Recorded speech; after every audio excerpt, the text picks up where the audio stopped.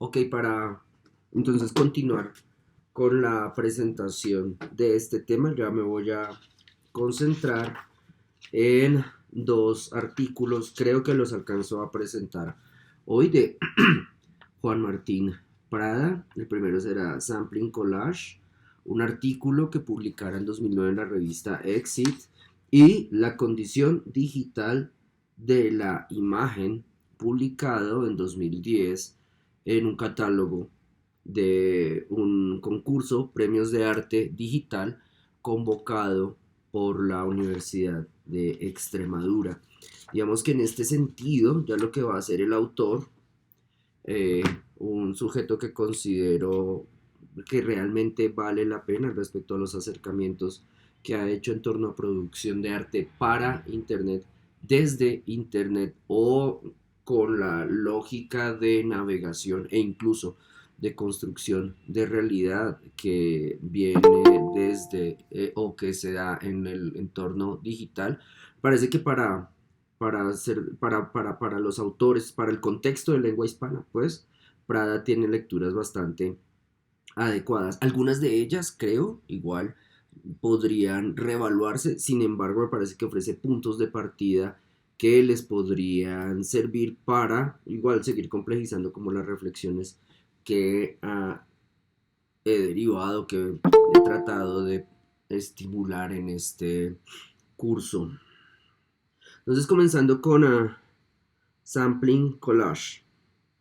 Básicamente, este es un texto muy corto, casi una reseña panorámica de la manera como para 2009 Prada veía la circunstancia de la producción, circulación, difusión y retroalimentación en el consumo de imágenes dentro de entornos digitales. Básicamente lo que va a establecer este autor es un punto de partida a partir de, desde el cual establecer su indagación, que tiene que ver con la manera en que se produce, las formas que condicionan la producción de imagen en este panorama. En ese sentido va a hablar de nuevas formas de producción donde las variables que van a operar van a ser la absorción y la asimilación.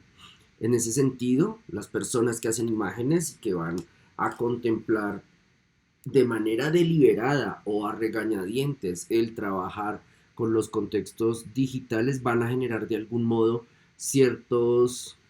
estrategias de alfabetización para tratar de entender las plataformas a medida que éstas van apareciendo y van planteando ciertas exigencias. En otros casos van a incluir los resultados de sus reflexiones en procesos que puedan desarrollar a futuro, y en otros casos van a generar acciones de resistencia deliberadas donde, conociendo la plataforma, entendiendo sus debilidades, entendiendo incluso las problemáticas en términos de comunicación que producen en ciertas comunidades, se van a poner a estar en esos contextos. Digamos que ahí, respecto a esto último, con toda la carga de ingenuidad que pueda tener esa decisión, el hecho de que después de que ciertos grupos, después de que artistas más bien, ven escándalos relacionados con la suite de Facebook y deciden marginarse de ella para no contribuir a esa economía de la muerte, no sé, a través de Facebook se promueven candidaturas de extrema derecha que derivan en matanzas y genocidios. En ese sentido, una reacción que se puede dar, insisto, con toda la carga de ingenuidad que tenga, va a ser la de, por ejemplo, un artista que, identificando esa problemática, se desliga de Facebook, trata de eh, eliminar su participación en esa red y trata de redirigir de algún modo a la comunidad que ya había construido, explicándole su decisión y en otros casos diciéndole hacia qué otra plataforma. Ahí empezamos como a identificar los indicadores de ingenuidad, en qué otra plataforma va a difundir su trabajo. En ese sentido, si ustedes observan ese tipo de decisiones, van a encontrar cómo la persona toma la red Facebook para aprovechar su muro presentar una opinión que considera individual, en la cual explica por qué Facebook le parece una mierda. En segunda instancia, deriva una conclusión de ello, como Facebook me parece una mierda porque provoca matanzas en países subdesarrollados.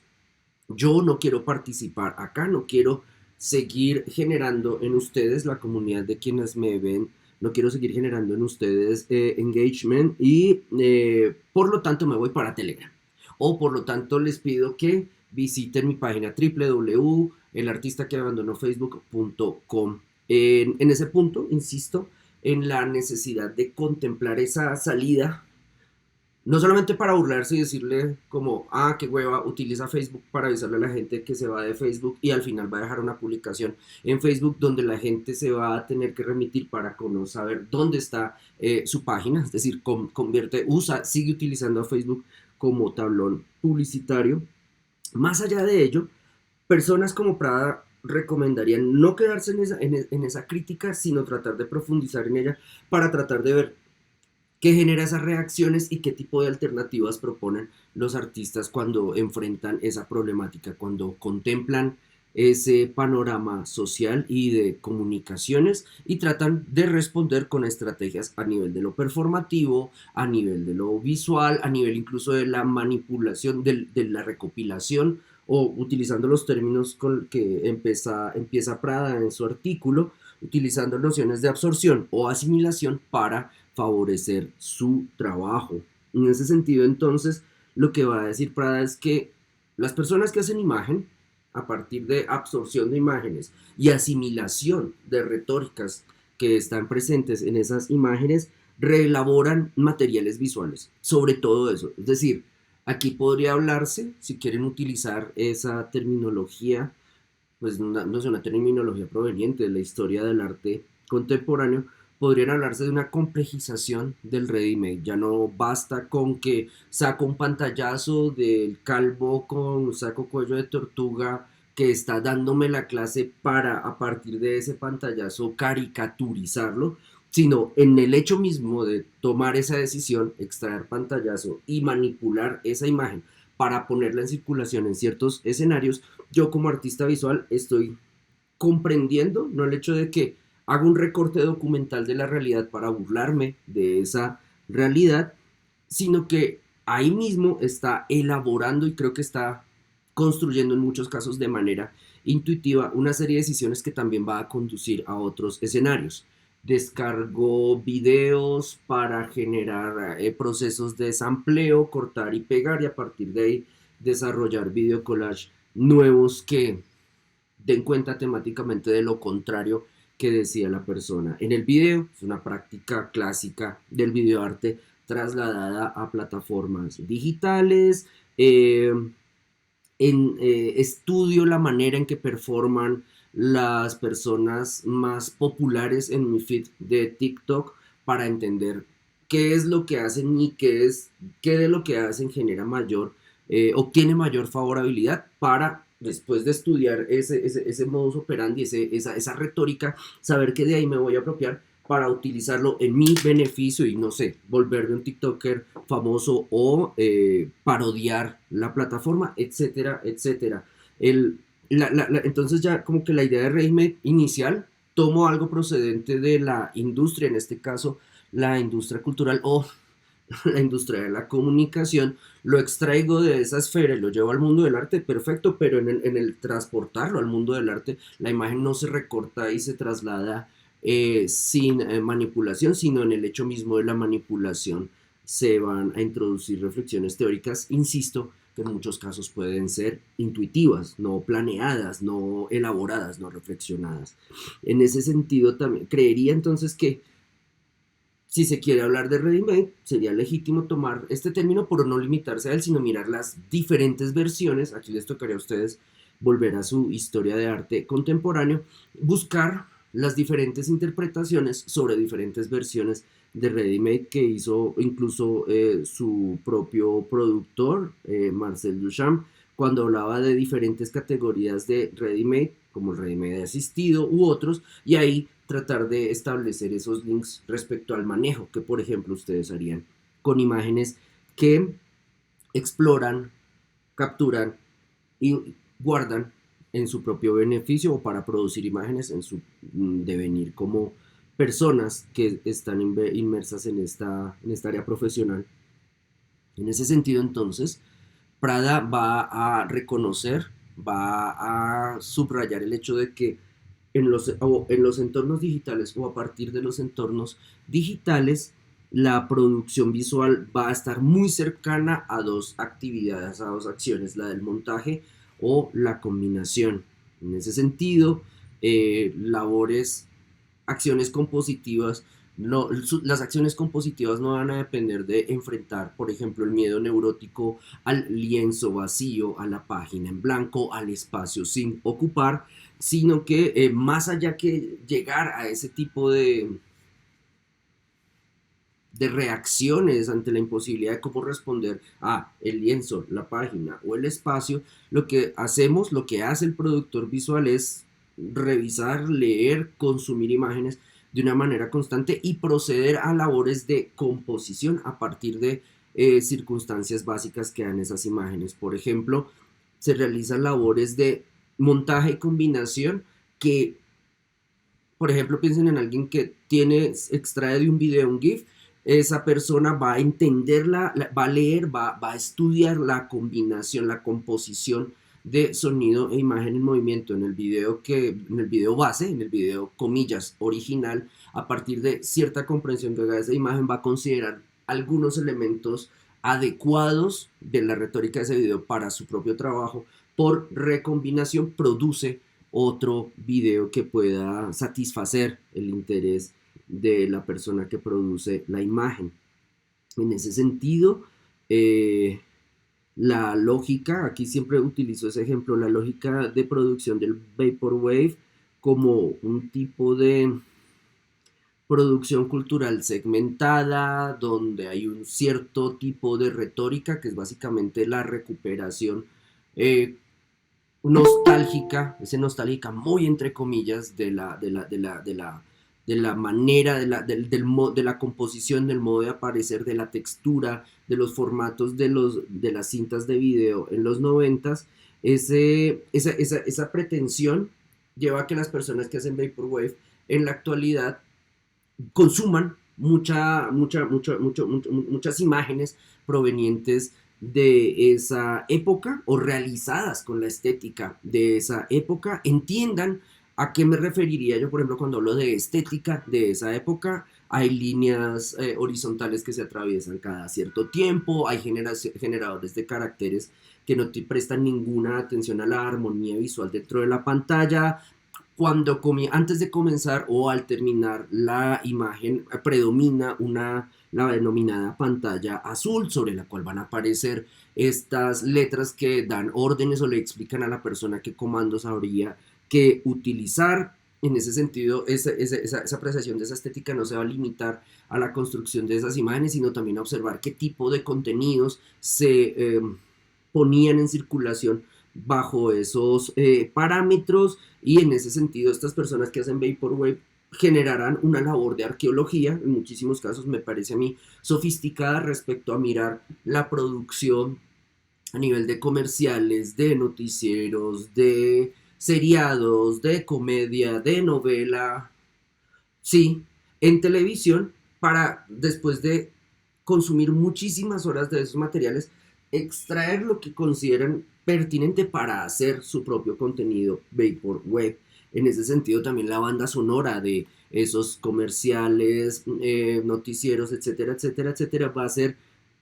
comprendida, no, perdón, estudiada, comprendida y asimilada, es decir, recombinada para desarrollar otra propuesta. Aquí estoy dando una mirada superficial respecto a ese tipo de estética. La producción de Vaporwave no es solamente videos que se apropian a modo de ready-made asistido, que se apropian y combinan imágenes provenientes de la industria cultural televisiva de los noventas. También esta corriente ha desarrollado repertorios, personajes y lógicas de producción que en la actualidad, por ejemplo, para el caso colombiano, rescatan a ciertos personajes que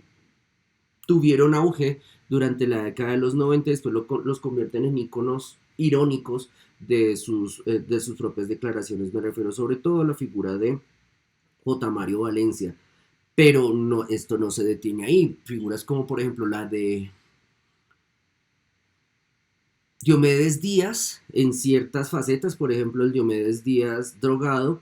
eternamente drogado, de los 90 va a ser utilizado para desarrollar una recombinación irónica donde no se sabe si se le está haciendo un homenaje o se está haciendo burla clara y explícita de la actitud de este sujeto para generar composiciones donde además aparecen otras lógicas como por ejemplo videojuegos donde el modelo de los 8 bits predomina o imágenes de ilustración oriental también pasadas por relatos digitales o con texturas digitales. Entonces, recuperando lo que venía hablando, la manera en que Juan Martín Prada comprende la producción visual a partir de la proliferación del uso de tecnologías digitales, apuntará al hecho de que la persona que hace imágenes es una persona que sobre todo consume imágenes, que se vuelve muy versátil en ese consumo, que cuando decide pasar a la producción de imágenes lo que hace es tomar algunas de ellas que ha recopilado o estéticas que ha asimilado y realizar prácticas de montaje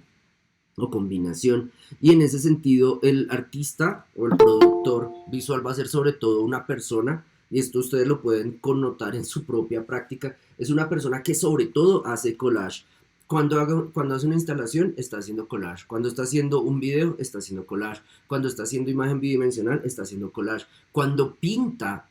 si quiere reproducir lo que ve en la pantalla y pasarlo a un lienzo, el modelo clásico de pintar con pigmento sobre tela, también estaría realizando una práctica de collage. Y ese collage que produce esta persona, esta persona que predominantemente va a desarrollar imágenes a partir de collage, de combinación de otras imágenes, ahí lo que va a suceder es que esta persona va a develar el hecho de explorar la red considerándola su memoria y no solamente su memoria, sino un reservorio de información a nivel global. A medida que esta persona se especialice en la circulación en la red, esta persona va a perfeccionar sus labores de búsqueda, va a saber qué identificar mejor. A medida que gaste horas en esta exploración, va a encontrar imágenes que le resulten cada vez más adecuadas. Y en ese sentido, esa persona va a transformar su erudición backslash compulsión, todo el tiempo navegando en internet, consumiendo todo el tiempo imágenes, va a convertirla en parte de su devenir e incluso de su cualificación en términos de la procedencia de las imágenes, el reconocimiento de cuáles son útiles en su beneficio, el reconocimiento de capas de ironía que puede haber en imágenes como por ejemplo memes irónicos donde se utiliza la figura de ciertos políticos y se exacerba su presencia para hacer mofa de ellos, no para hacerles homenaje. E incluso en ese sentido, esa compulsión igual erudición va a llevar a que esta persona construya teorías propias respecto a cómo entiende el navegar en imagen y cómo entiende el poner a circular esas imágenes. Ahí les recomendaría que exploraran la obra de Hito Steyr. Lo pronuncio mal, después de que termine esta presentación me recuerdan para digitarles el nombre, donde ella sin pertenecer a esta generación, ella estaría más cerca a la mía, ella está entre los 40 50 años, ella entendiendo modos de producción y circulación de imagen en movimiento ha logrado pasar, y me parece que ella es un puente muy interesante si ustedes quieren entender como el paso de videoarte ochentero, noventero a circulación de imagen en el entorno digital. Y entonces no solamente produce ejercicios audiovisuales donde desarrolla sus hipótesis, sino también es docente, de hecho es una docente y teórica que escribe, que plantea, que plasma por escrito reflexiones que hace respecto a esa búsqueda compulsiva, ese consumo compulsivo de imágenes que se hace en el entorno digital y el aprovechamiento de alguna de ellas para jugar a favor de la práctica expresiva. En ese sentido, hay un artículo de ella que lo lanzó hace más o menos 10 años, se llama En defensa de la imagen pobre, el artículo está originalmente en inglés, donde ella defendía el hecho de que una versión de realidad que ha tenido mayor auge después de que se populariza el acceso a plataformas digitales es la imagen fragmentaria en términos de composición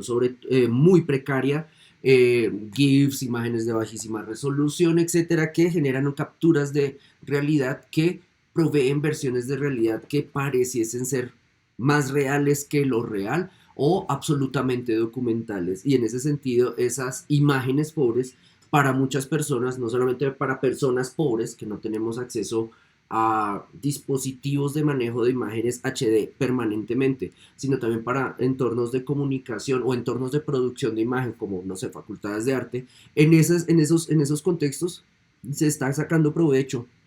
de esas imágenes pobres para dar una realidad con, comillas, cierta apariencia de realidad. Eh, Sin embargo, insisto, ese artículo es de hace 10 años, ese artículo para muchos autores, yo no estoy tan de acuerdo, pero para muchos autores ese artículo ha envejecido mal porque esa defensa de la imagen pobre pareciese que fue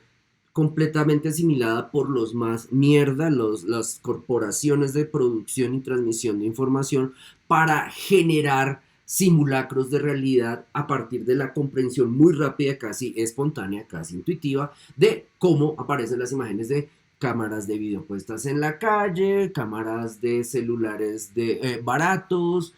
transmisiones, por ejemplo, en redes sociales con acceso a datos pobre. De hecho, aquí valdría la pena que ustedes miraran en términos de lectura crítica de la producción de imagen el video meme que ahora mismo lleva, no sé, a lo largo de esta mañana lo he visto circulando, de Oscar Iván Zuluaga, quien se autoparodia disfrazado de fanático, bueno, no disfrazado porque así son, vestido de fanático uribista de extrema derecha de la selección Colombia, con un sombrero que ridiculiza su figura, donde el apellido está marcado en su ala, con un fondo, comillas, pretendidamente tropical, donde el sujeto difunde una lógica relacionada con el uribismo, está en las calles, vamos a recuperar este país para la muerte y la expropiación de la familia Laforí. Cuando uno ve la imagen y uno establece lecturas, o les recomiendo que hagan eso, cuando ven ese video y establecen lecturas, superen rápido la lectura, por ejemplo, del repudio ideológico, como que gonorrea Zuluaga, porque digamos una de las lógicas que puede llevar a que puede conducir ese repudio ideológico es que gonorrea Zuluaga, voy a burlarme de él reproduciendo su imagen en mis propias redes, es decir, le voy a hacer publicidad al enemigo. Superen por favor también la visualidad supremamente precaria, pobre en términos de cierta lectura del artículo de Ito Stern. Superen la pobreza de la imagen en la composición, en el manejo de la imagen, en la actuación del perro, etc. Y traten de reflexionar respecto al contexto de producción de esa imagen. ¿Por qué se produce? ¿Para dónde se produce? ¿Y qué efecto suponen ustedes se podría esperar de ella? Y en ese sentido creo que si establecen esa línea de reflexión, la última, podrían entender como, momento, ¿y qué tal? Uno de los efectos de esta imagen sea generar en mí, usuario que se asquea de manera ética ante el uribismo. ¿Qué pasa si lo que quieren los desarrolladores de esta imagen, los desarrolladores de ese contenido es introducirme dentro de esta lucha ideológica, poniéndome a replicar esta imagen, creyendo que me burlo de ella, pero al final catapultándola en escenarios donde no se sabe o aún no se tiene clara una opinión respecto a el tipo de ser que es ese salvaje. En ese sentido, ahí entonces, pues volviendo otra vez a Prada, la idea de producción de imagen tiene que ver, recupero otra vez, con el hecho de consumir imagen. El artista, hoy en día, y lo voy a concentrar a artes, pues porque es el área de análisis de este autor, este artista es un consumidor compulsivo de imágenes que no sufre de bulimia por consumo de imágenes ni decide la anorexia por consumo de imágenes, sino que se va a relacionar con esas imágenes de una manera bastante dinámica y que en algunos casos incluso va a realizar algo que Juan Martín Prada llama asimilación en resistencia, que me parece que es una perspectiva muy adecuada respecto a entender, por ejemplo, el hecho de la producción de caricatura política en contextos convulsos como el colombiano, es decir, en contextos de eterna guerra civil, la producción de memes en contextos como por ejemplo los Estados Unidos de la campaña electoral más reciente, o incluso ustedes podrían irse, creo que ahí ustedes tienen conciencia visual para recordar varios ejemplos, o incluso desde el momento en que Donald Trump venía ascendiendo vertiginosamente hacia la presidencia, ganándola y dedicándose sistemáticamente a generar opinión a partir de una comprensión de su performance ante pantallas en Twitter y en otras plataformas, y a partir de ahí cómo ese sujeto produjo un repertorio ante el cual las personas que realizaban imagen reflexionaban y planteaban hipótesis en el momento mismo de hacer y poner en circulación las imágenes. En ese sentido, creo que esa categoría de asimilación en resistencia va a ser una variable fundamental para la producción y circulación de imagen en contextos como el arte contemporáneo actual, y en ese sentido esa noción de resistencia tendría que ver con, y aquí me voy a saltar a una de las conclusiones del artículo de la condición digital de la imagen, tiene que ver sobre todo con el hecho de que ustedes, por consumir y por utilizar esas imágenes que consumen como insumo, como material para el desarrollo de su trabajo, ustedes someten a esas imágenes a la crisis de la recontextualización. Lo que afirma Juan Martín Prada, lo repito, es: el artista es un consumidor compulsivo de imágenes, pero no es un consumidor acomplejado por ese hecho. No es como, llevo muchas horas frente a la pantalla, soy malo, o llevo muchas horas frente a la pantalla, estoy viendo mucha publicidad uribista, soy malo. No es tanto eso, sino que esa persona en ese consumir compulsivo racionaliza ese hecho, trata de entender como, marica, llevo mucho tiempo viendo publicidad petrista. ¿Por qué? Entonces empieza a entender a qué le dio like, qué temas consultó, etcétera, etcétera. Insisto, ahí es donde se puede entender de manera no irónica el hecho de que ahí hay un ejercicio de erudición. Y por otro lado, cuando esa persona va a construir sus imágenes, va a producir sus imágenes, sabe que está realizando una asimilación, pero no realiza esa asimilación de manera plana, de manera idiota, sin pensar, no, todo lo contrario. Problematiza y le pone texturas a la utilización de esa información, se pregunta por el uso de esa información, se informa sobre la procedencia de esa información para tratar de aplanar la idiotez de la asimilación y no simplemente convertirse en una caja de resonancia de una estrategia previa donde se esperaba que esa persona, como productora de nuevas imágenes, actuara de manera idiota. Y en ese sentido, constantemente va a preguntarse sobre el contexto del que produce las imágenes y el contexto que les va a ofrecer cuando se las plantee. Yo creo que esa crisis de recontextualización ustedes la pueden ver en otros contextos culturales, en otros espacios culturales. Estoy pensando, por ejemplo, en la tesis de pregrado de Jorge Guarín, egresado de la ASAP, hoy exitoso muralista que aparece bajo el nombre de Gruterium, quien en su tesis de pregrado, en su trabajo de investigación inicial, pues para graduarse acá, decidió someter a lectura socioantropológica la apropiación de ciertas imágenes por parte de jóvenes de comunidades muy cercanas a él. Vive en Ciudad Bolívar, ve jóvenes que se inclinan por la práctica profesional del latrocinio, además de ser ladrones, se visten de cierta manera. Esa cierta manera tiene que ver sobre todo con chaquetas y gorras en las cuales aparecen imágenes relacionadas con la producción de dibujos animados estadounidense de la Warner Brothers, sobre todo de épocas cercanas, en términos de la producción de la chaqueta o la gorra, épocas cercanas a la primera película donde sale Michael Jordan, que se llamó, no me acuerdo, pero ustedes ya saben de qué les estoy hablando, Space Jam. Y entonces después de la Space Jam, después de la circulación y la popularización de Space Jam 1, se dio una campaña de circulación, no en el sentido maquiavélico de Caracol Televisión quiere que los zampones de Ciudad Bolívar se disfracen con prendas de Looney Tunes, sino que se da la coincidencia, la confluencia entre la circulación de animaciones relacionadas con Looney Tunes, clásicos, Baby Looney Tunes, lo que sea, la Universidad Looney Tunes, etcétera, etcétera, y a partir de ese consumo constante de imágenes, esa generación de ampones se disfraza de esa manera y utiliza esos aditamentos para hacerse reconocer en las calles e incluso generar prácticas sociales por parte de quienes les veamos. Jorge Guarín atiende a ese hecho, intenta de hecho la antropología, la etnografía, perdón, logra acercarse a miembros de estas comunidades y logra negociar con ellos la obtención de imágenes. Todo esto es pura crisis de recontextualización. Lo que está haciendo Jorge Guarín es no juzgarlos como lo haría una persona que desde su transporte público protegida por el SITP, porque está dentro del SITP, señala con asco a estas personas de la comunidad y lo señala a partir de prejuicios configurados desde el consumo de medios de comunicación. El pobre es pobre porque quiere, seguramente si estudian van a estudiar artes en una pública, si van a estudiar en una pública seguramente van a ver a los ricos como mis jefes que me explotan, esos ñeros consumen cierta música, qué asco, etcétera, etcétera, etcétera.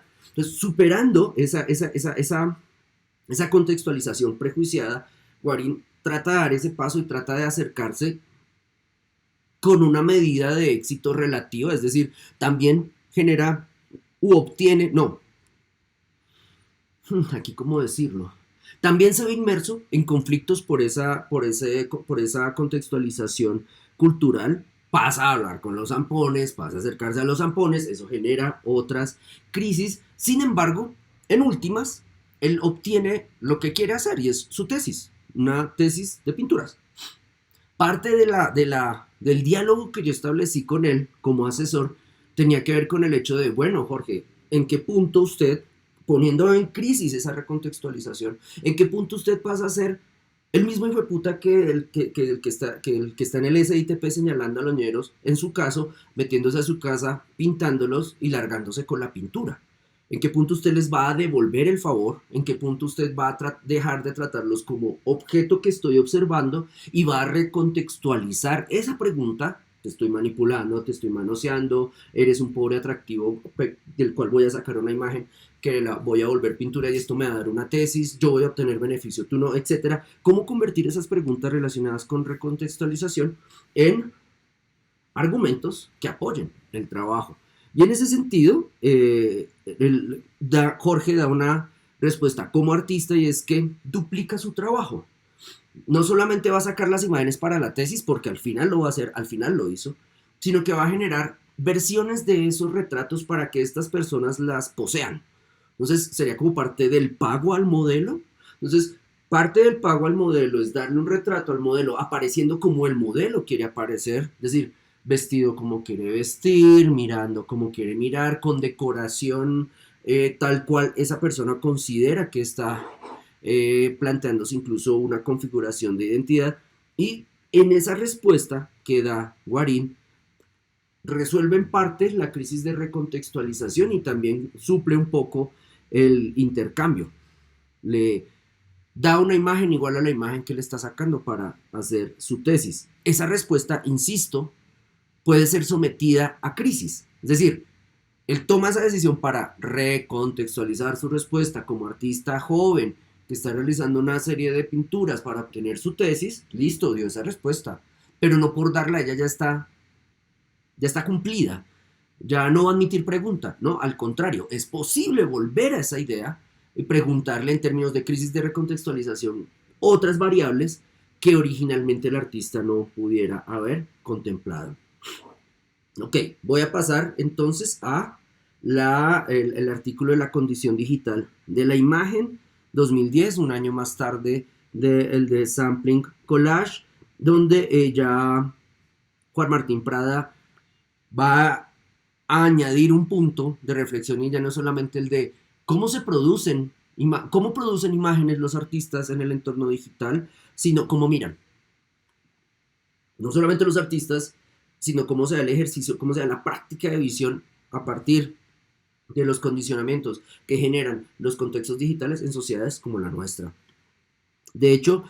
él va a poner en tensión las ideas de visión y de ver. En ese sentido, él va a establecer, primero, que la visión dentro de este contexto de la sociedad digital va a ser un acto perceptivo que se encuadra por la pantalla. En ese sentido, el ver no va a ser solamente el estar frente a la pantalla y contemplar lo que la pantalla ofrece, sino el determinar qué se registra de ella. Piénsenlo cuando, por ejemplo, ustedes están viendo, pues ya no lo hacen, pero cuando lo hacían, cuando ustedes veían la interfase de Facebook en pantallas de computador y veían, no, más bien, percibían que había muchísimos estímulos, una notificación acá, un cuadro de texto acá, una columna con información acá, otra columna que se movía aquí al lado donde mostraba quién estaba o no conectado para iniciar un chat, los chats saltando abajo respecto a los diálogos que se habían abierto y una columna central donde estaban las, no sé, noticias. Ante esa gran cantidad de estímulos, decidimos qué ver, generamos composición. De hecho, me acercaría a la idea de someter, someter las imágenes a la crisis de la recontextualización. Creo que el utilizar esas plataformas en dispositivos como computadores personales lleva a que privilegiemos ciertas imágenes sobre otras. Privilegiemos, le demos privilegio a ciertas imágenes respecto a otros relatos. Destaquemos imágenes que nos interesan y relatos que nos interesan dentro de ese devenir, al parecer, infinito de información. Por supuesto que cuando se da esa estrategia, podríamos entender de alguna forma que somos sujetos sofisticados capaces de diferenciar niveles, calidades y jerarquías en las imágenes que vamos a ver en el feed de nuestra red social y por lo tanto podremos, y esto lo pondría en duda, podríamos responder en tiempo real a dos chats, unas notificaciones, una noticia que nos apareció y que nos despertó ira. Creemos que estamos haciendo ejercicio de multitask, que en la labor de consumir o darle tiempo o trabajar para Facebook teniendo la aplicación abierta o la ventana abierta de esa aplicación en nuestra pantalla, consideramos que estamos respondiendo adecuadamente a cada uno de esos estímulos. Y lo que estamos haciendo más que responder adecuadamente es diferenciar el uso de nuestro tiempo, distribuir nuestra atención / distracción respecto a qué nos interesa para saber cómo operar ante ello. Por ejemplo, recuerden cuando ustedes les imputaba una noticia en su feed de Facebook y opinaban. De pronto, al estímulo al que le presten menos tiempo de reflexión va a ser el de la información. Entonces, como, ay, puto Uribe, listo. De pronto, ante el chat que les llega de una persona que, por ejemplo, les está cayendo y ustedes no le quieren prestar atención, ustedes dicen, voy a demorarme en responderle a esta persona para que sepa que no me interesa. Ahí establecen una lectura también, recontextualizando la llegada de esa información. Pero cada cierto tiempo, de manera compulsiva, insisto en que no vean negativamente esa noción, de manera compulsiva van a volver a las notificaciones una y otra vez para reconocer o reconocerse en los likes, los comentarios, etcétera, su devenir en esa red. Y en ese sentido creo que están generando diferentes renglones de registro técnico y que cuando ustedes pasan a otras plataformas, es decir, hacen su primaria en Facebook, pasan a hacer su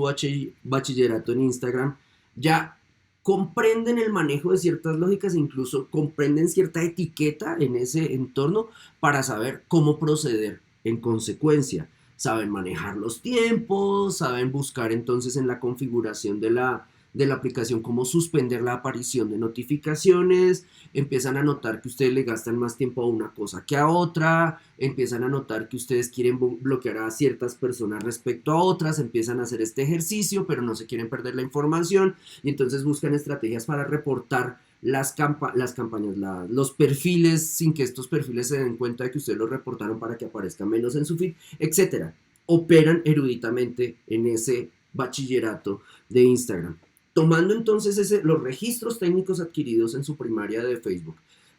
mirando el nivel de especialización que han logrado con su bachillerato en Instagram, cuando lleguen a otras plataformas, van a tomar esa información para a partir de ahí seguir problematizando el consumo de imágenes que tienen. Y en ese sentido, creería yo,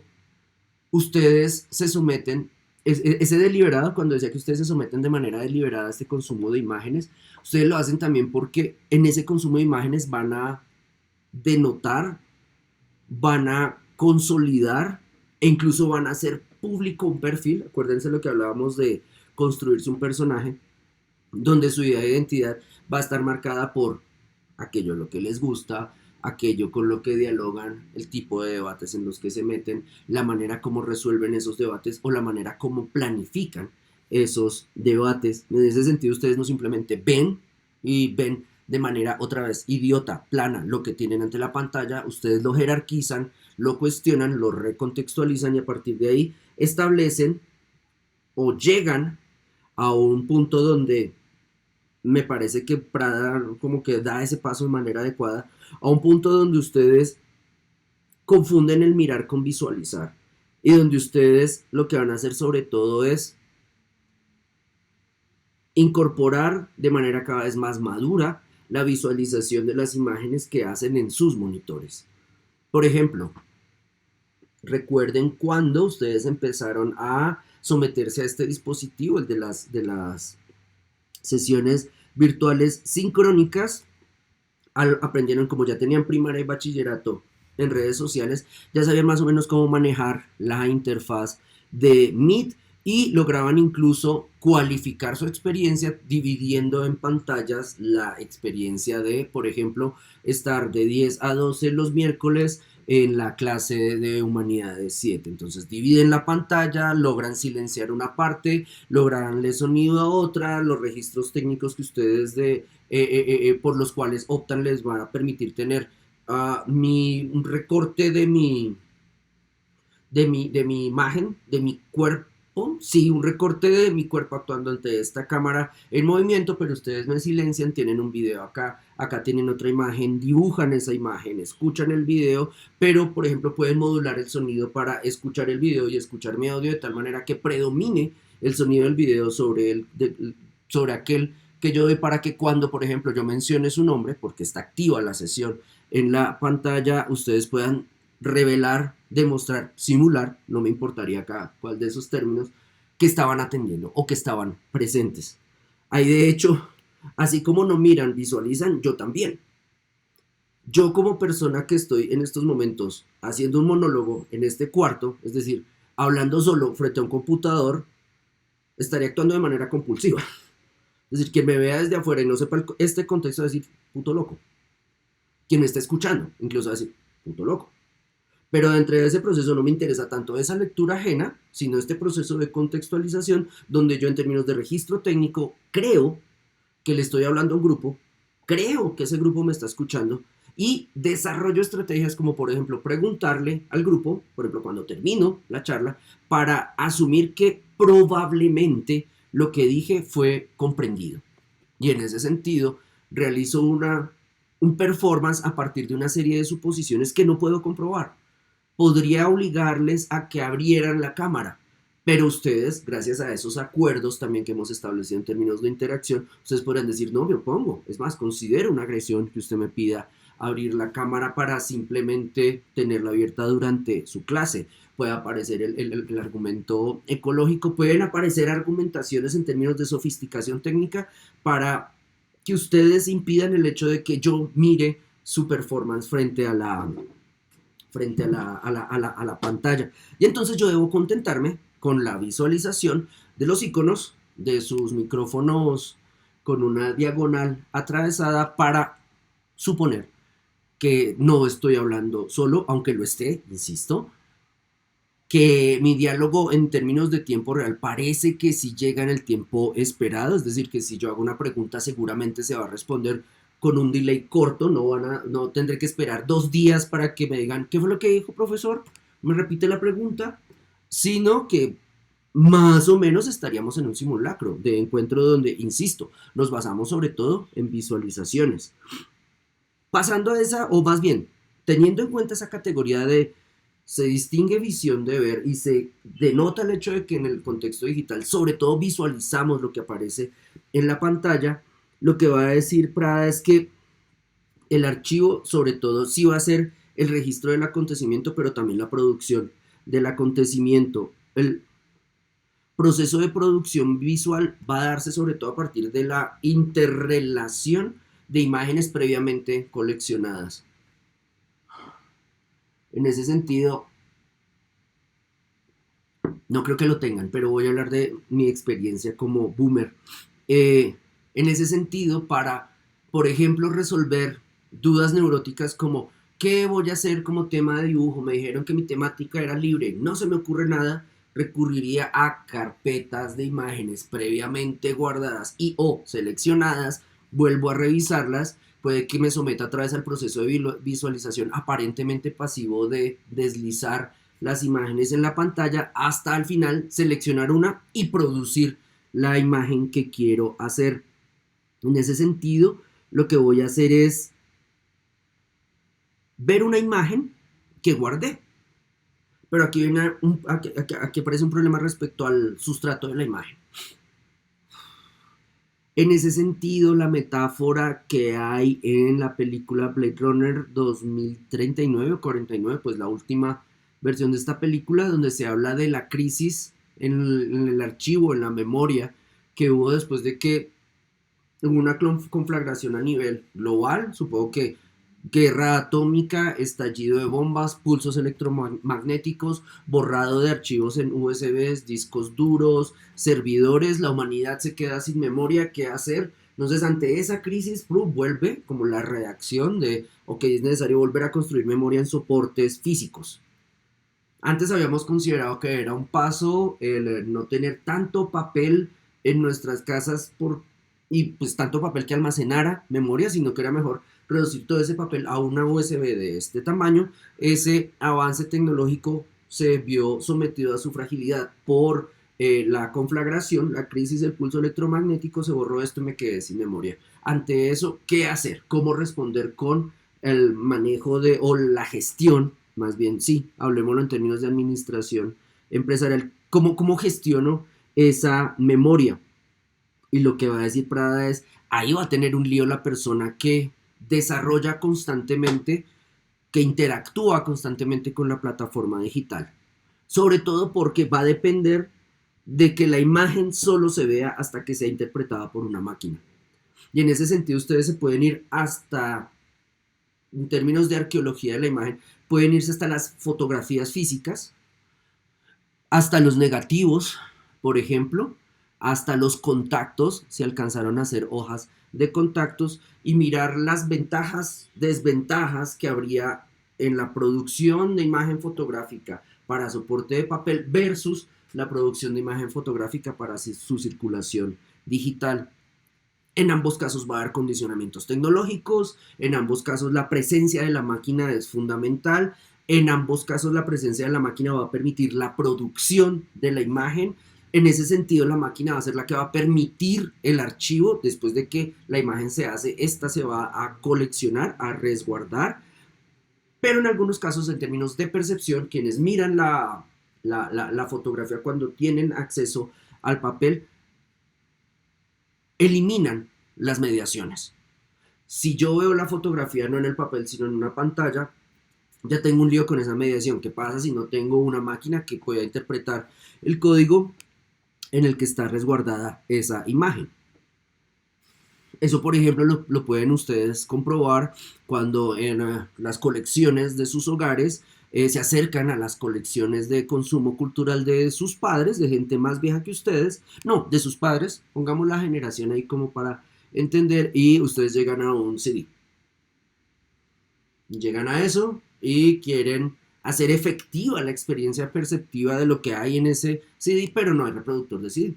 Se jodieron. llegan a una cassette de VHS, de beta o un cassette de audio, y si no existe el dispositivo, la máquina que intermedia esto, se perdieron la información, se perdieron la imagen. Entonces, en ese sentido, lo que dice Prada es, eso debemos tenerlo en cuenta con lo digital, porque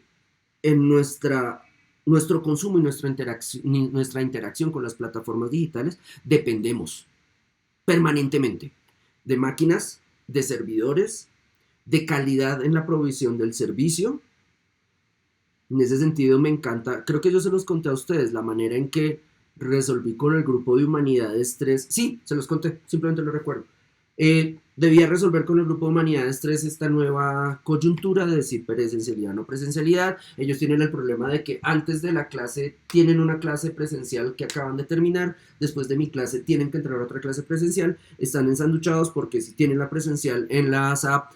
no tiene infraestructura para que puedan consumir esto. Y entonces dicen, mierda, ¿qué hacemos? Entonces llegamos al acuerdo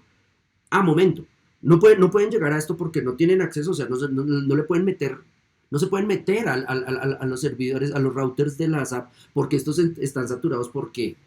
desde antes de la pandemia eran malos y aparte siguen siendo usados para navegar en redes sociales, entonces están, aparte de ser malos, están saturados por uso. Entonces, ¿a qué respuesta llegamos? A una respuesta donde dilatamos el encuentro, yo genero este diálogo, sigo hablándole solo a la máquina, grabo este diálogo, lo subo en YouTube, estas personas llegan al video, descargan el audio del video y en su celular o en el dispositivo que utilicen para clase, ponen el audio y deciden consumir la clase y dos, son capaces incluso de consumir la clase en espacios como un bus. Como, tengo que ir a tal clase, pero se me atraviesa Humanidades. Mientras estoy en el bus escucho el monólogo de Vanegas. Ya sé que con este man el protocolo es, va a llegar a joder después del video y va a buscar cierta retroalimentación. Listo, voy a anotar 2, 3 maricadas para que después el man crea que yo le presté atención. Ahí en todo ese proceso estamos jugando con la tecnología, entendiendo que nuestro contacto y su performance que va a someterse a la evaluación, al soborno con nota, ese performance va a ser sometido a examen institucional y yo no lo voy a poder pasar. No es como,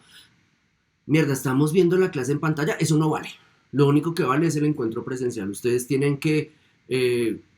percibirme en clase y oler mi mal aliento. Si no, no aprendieron. Entonces, nada, supero esa interfase, entiendo la dependencia de la máquina, negocio con esas personas a partir de esa dependencia y a partir de ahí realizamos producción de información, producción de contenido. Estas personas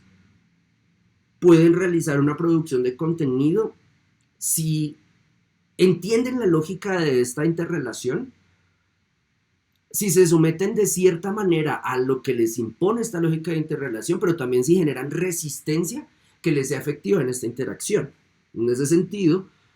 vale la pena destacar la beligerancia del asabeño promedio que acostumbra a no tragar entero y acepta, por ejemplo, este acuerdo, pero a medida que él ve que el acuerdo avanza y este no se adecua a sus condiciones, plantea una crisis, yo diría una asimilación, pone en resistencia a la asimilación de ese acuerdo y dice, no pude, modifiquemos este estatuto. Es más, ahí el carácter de oposición y antagónico del asabeño promedio, cuando salen estas crisis, por ejemplo, puede llevar a que se mejoren las condiciones del discurso producido, de las dinámicas de evaluación, de la comunicación con ustedes. Y en ese punto es mejor contar con esas personas que asimilan en resistencia que quedarse con iconitos que nunca dicen nada y que siempre sacan 5 porque cuando se pregunta, pues magia coinciden con el momento de generar la indagación a que sean sometidos en la clase. Entonces, en ese punto, lo que va a decir Prada es, ok, en el contexto de la producción, consumo de imágenes digitales, se va a depender y cada vez vamos a ver más el hecho de que dependemos de una máquina. La máquina nos interpreta, la máquina nos muestra, la máquina nos trae la imagen. Tanto así que si descargamos la imagen en un En una USB, el verbo descargar no al lugar, no la descargamos. De hecho, la trasladamos, la ponemos en un punto y tenemos la imagen al tener su código. ¿Qué tenemos? O sea, la pregunta metafísica u ontológica también puede aparecer, ¿no? Como, ¿qué tipo de imagen tengo? Es la misma imagen que descargué, estoy guardando una imagen de calidad similar, estoy guardando una copia, estoy guardando una versión, etcétera, etcétera, etcétera. Es decir, los estudios visuales, por ejemplo, podrían ofrecerles líneas de indagación al respecto. Lo que va a decir entonces Prada es, ok, dependemos de la imagen para relacionarnos y cuando hablamos de imagen digital, tenemos que entender sobre todo que esta imagen se produce cada vez que se reproduce. Si la imagen está en la USB, sí, está, sí, la descargué, pero no la veo. Tengo que buscar la interfase, llego al computador, conecto, le doy play, otra vez la boomerada. Abro la imagen, la pongo en pantalla, la estoy viendo. Cuando la veo, ella se está produciendo y eso va a llevar, va a decir este autor, al hecho de que no sabemos y en muchos casos nuestro acercamiento a estas imágenes es tan intuitivo que no nos preguntamos por la condición de aparición de esa imagen. Piensen, por ejemplo, en... No, aquí se me acaba de ocurrir, pero ya sería derivar demasiado. Como, ¿cómo se manipula esa imagen cuando yo lo hago en un computador donde no tengo las herramientas digitales adecuadas para hacerlo? Estaba pensando, por ejemplo, en esos computadores públicos donde ustedes mandan trabajos, pero están haciendo el trabajo, la imagen es leída, no sé, los computadores que quedaban al lado de la SAP, desde los que ustedes mandaban trabajos digitales cuando no les quedó tiempo de trabajar en la casa o se les jodió el computador en la casa, salen con esa imagen en la USB, van corriendo, la conectan, empiezan a trabajar. En el proceso de registro y desarrollo técnico de esa imagen ante ustedes, la imagen se corrompe. ¿Qué hacen con la imagen? Es como, puta, se dañó, la perdí. O, momento, estoy en artes y puedo reinterpretarla. Me va a tocar entonces esforzarme por construir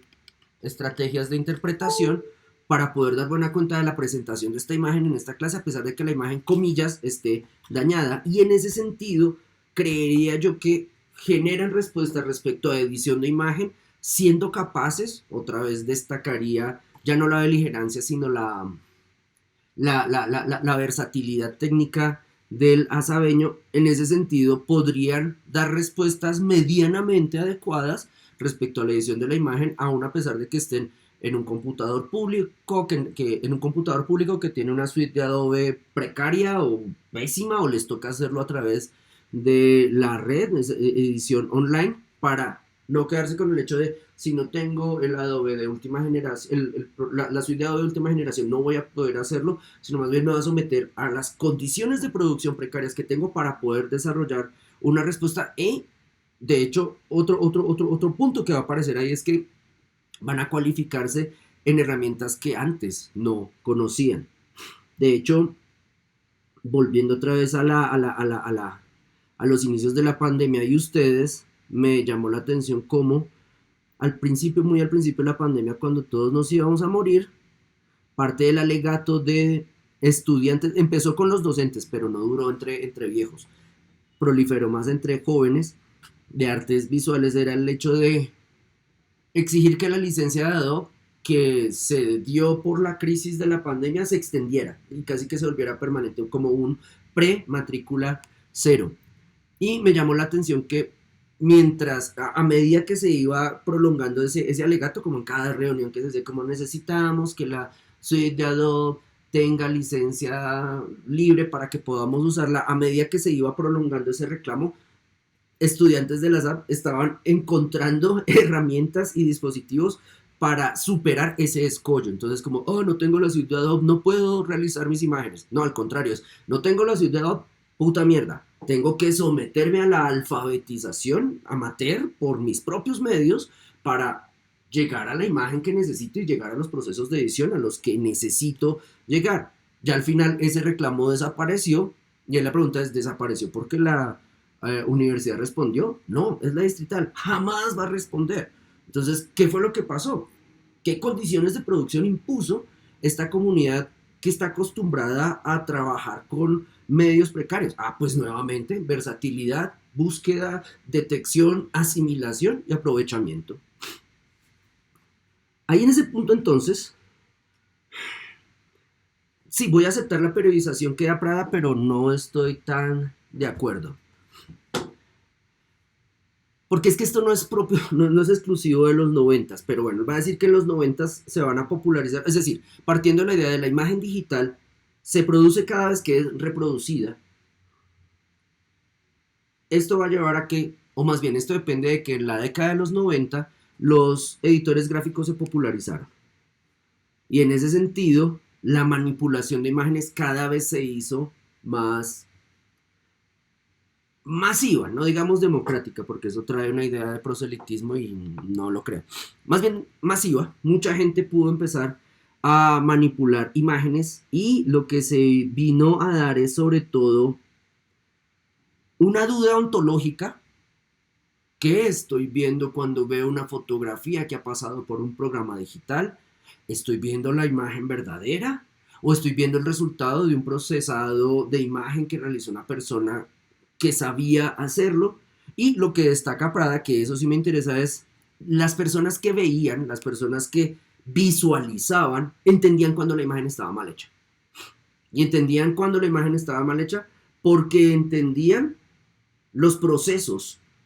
por los cuales pasó esa imagen. Es decir, si esa imagen pasó por un desvanecimiento, si fue sometida a positivo o negativo, si fue sometida a enmascarado, etcétera, etcétera, etcétera, todas las herramientas que ofrece ahorita Photoshop, la imagen mala, la imagen de mala calidad, la imagen que revelaba un pobre desempeño del operario, era una imagen donde se veía el registro técnico. Era una imagen donde ustedes veían como, aquí le empató. Momento, entre ese torso y esa cadera hay un recorte raro. Zoom, el recorte raro es que se ven empatados, mal empatados los píxeles. Ustedes empiezan a mirar la imagen con ese filtro, otra vez, a partir de esa erudición de familiarizarse con estos editores gráficos y empiezan a cualificar su consumo de imágenes, a cualificar un consumo de imágenes que se producen cada vez que son reproducidas y que, de hecho, cuando ustedes vayan a mostrarle a otros el error, como, mire Guillermo, cómo en esta foto se nota el plagio, la manipulación, la caricaturización, etcétera, etcétera, etcétera, tienen que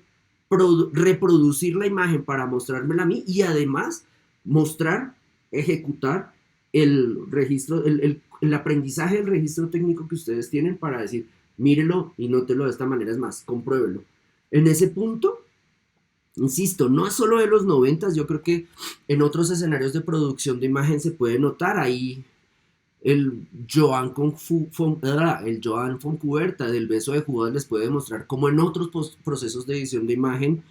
por ejemplo, dictadura estalinista, la imagen fotográfica era sometida a postproducción y a postproducción para anular a ciertos personajes que eran repudiados por el régimen. No sé, León Trotsky en vida era uno de los héroes de la revolución bolchevique. Llega Stalin, Trotsky era enemigo de Stalin a muerte. De hecho, Trotsky fue asesinado por una cuadrilla que seguía órdenes de Joseph Stalin. Lo mataron en México.